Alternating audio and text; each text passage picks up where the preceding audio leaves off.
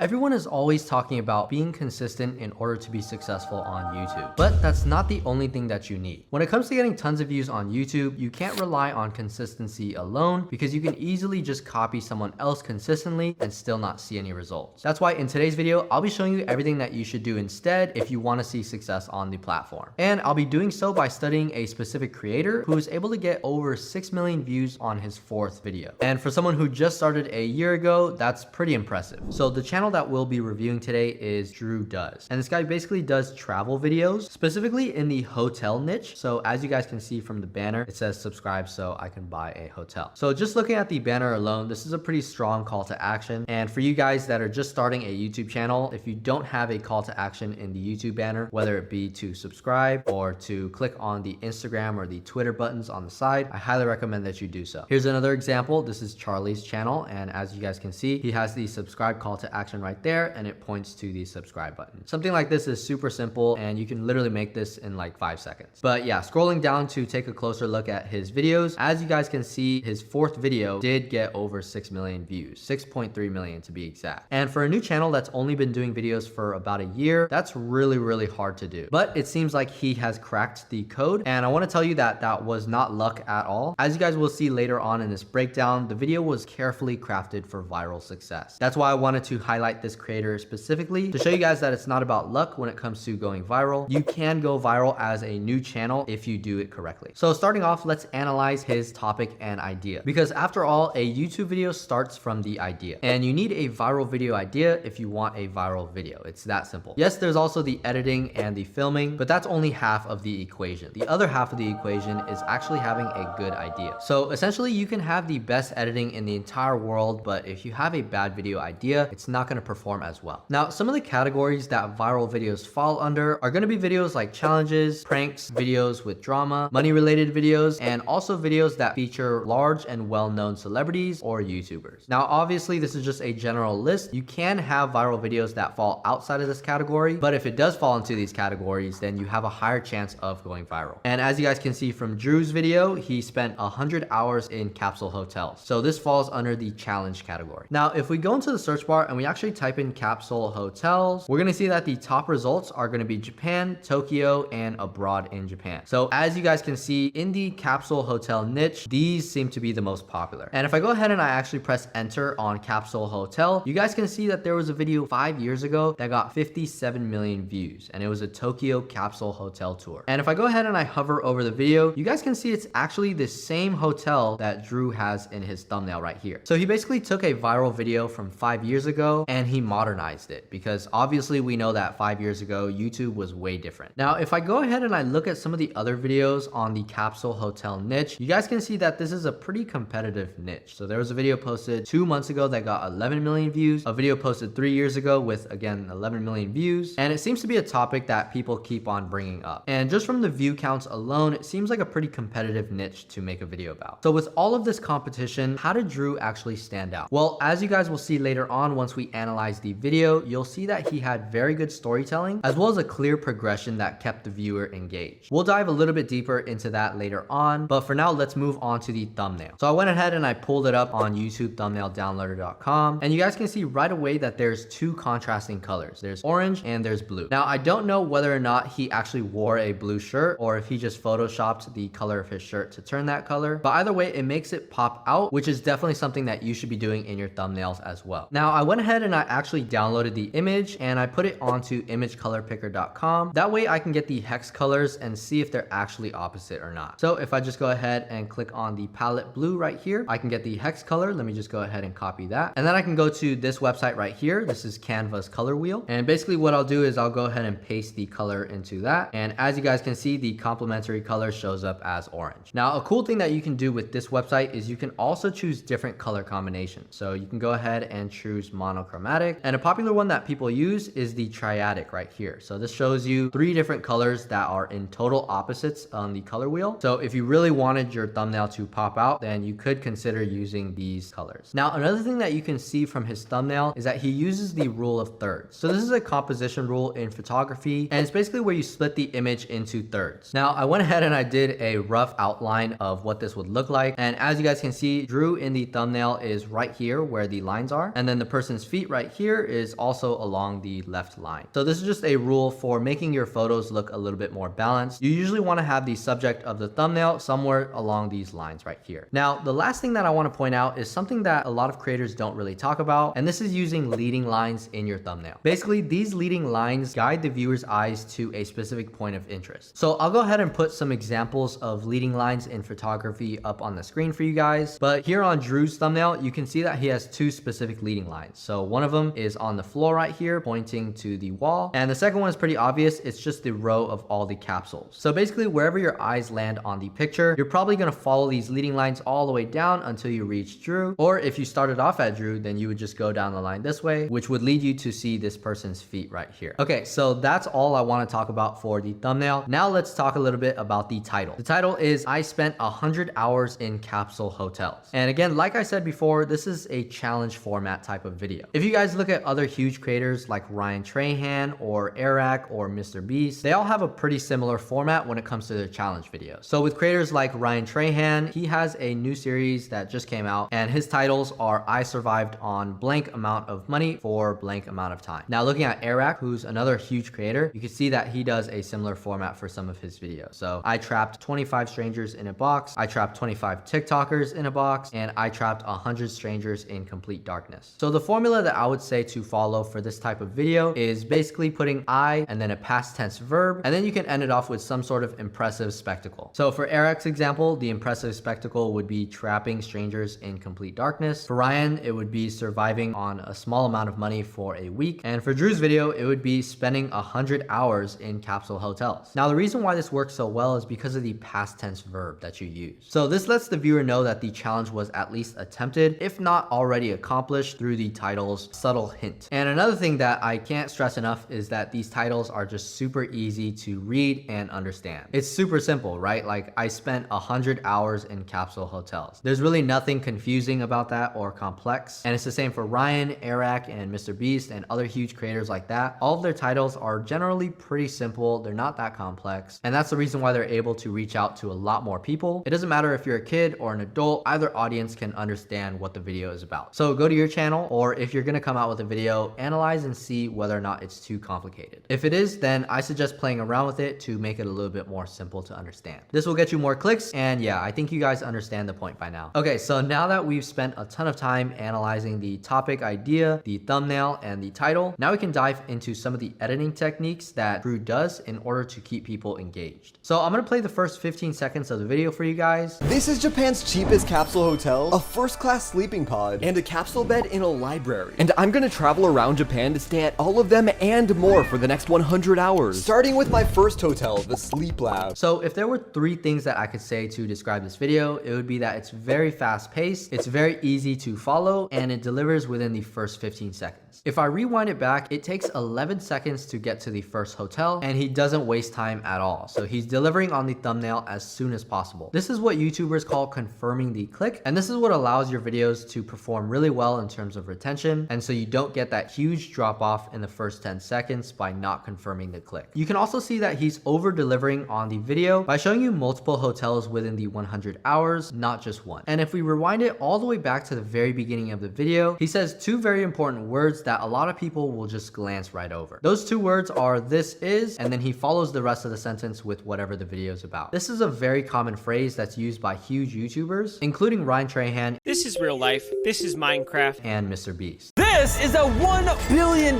super yacht." And these are just 2 examples because they're fresh in my head, but there are tons of other huge creators that do it as well. The reason why is because this hook just works. It gets right into the action, and it's able to confirm the click right away by instantly showing the viewers the hotels that he's going to. This basically tells the viewer that, hey, you haven't been clickbaited, and it also reminds them about what the video is about, because sometimes you need to re-engage them after they just watched an ad at the start of your video. This is Japan's cheapest capsule hotel, a first-class sleeping pod, and a capsule bed in a library. Now, if we go to the first 5 seconds of the video, you guys can see that there's about 5 to 6 different sound effects, which makes it super engaging with lots of stuff going on. It also opens up with dramatic and engaging music, so I'll go ahead and play it back again so you guys can see. This is Japan's cheapest capsule hotel, a first-class sleeping pod, and a capsule bed in a library. Now, at around 9 to 10 seconds, you guys can see that he introduces the 100-hour time limit. And I'm gonna travel around Japan to stay at all of them and more for the next 100 100 hours. And this is another engagement trick that you can use in your videos. This is because it creates a timeline, and it also sometimes pressures the person on camera to do something under a certain time limit. So another example of a creator doing this would be Mr. Beast. In his Survive 100 Days in a Circle video, you guys can see that it progresses through the timeline by showing the day. Now, the last thing that I want to mention when it comes to the first 15 seconds of the video is that there's a change in music tempo. This happens when there's a change in the narrative, which is when he actually went to his first hotel. You guys can play it back and listen to the music change yourself, and you guys are going to see that the tempo of the editing starts to change. The intro was super fast, and now it's going to slow down a little bit for the next 5 seconds. And then after the 20-second mark, he starts to pick up the pace again by showing them all of the free stuff that comes with the hotel. Every capsule comes with your freebies: slippers, pajamas, towel, toothbrush. Now here's the part where the video starts to get a little bit interesting. Inside you've got your light knob and